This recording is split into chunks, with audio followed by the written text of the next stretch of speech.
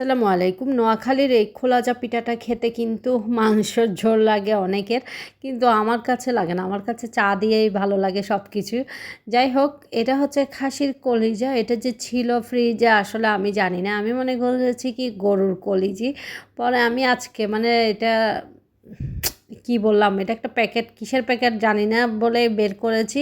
পরে আমি চিন্তা করলাম যে এটা যদি গরুর কলিজা হয়, রান্না করে আমি ফ্রিজে রেখে দিব চাইছিলাম, কারণ গরুর কলিজা আসলে আমার কাছে এতদিন বাসিটাও ভালো লাগে না, ফ্রিজে থাকা।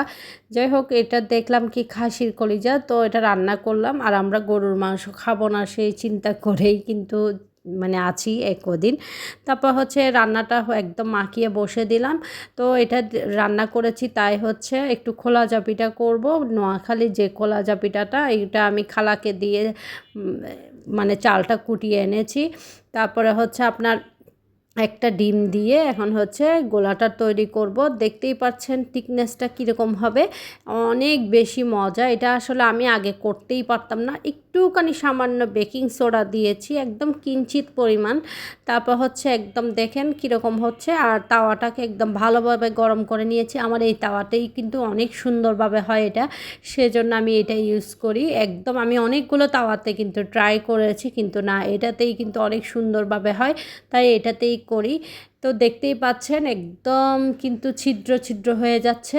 খোলা জাপিটার ডিজাইনই কিন্তু হচ্ছে এরকম ছিদ্র ছিদ্র হবে, একদম কোনো তেল তেল ব্রাশ করতে হবে না, এমনিতেই হয়ে যায়। কিন্তু মাটির হাঁড়িতে যেগুলো করে ওগুলো কিন্তু একদম ক্রিস্পি হয় না নিচেটা।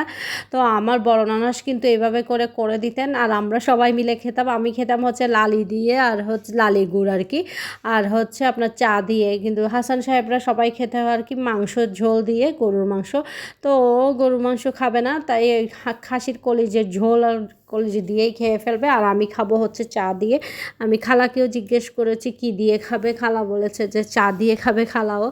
তো অনেক বেশি মজা হয় এটা, নিচের জিনিসটা এত বেশি ক্রিস্পি হয়, এটা আমার কাছে চা দিয়ে অনেক বেশি ভালো লাগে।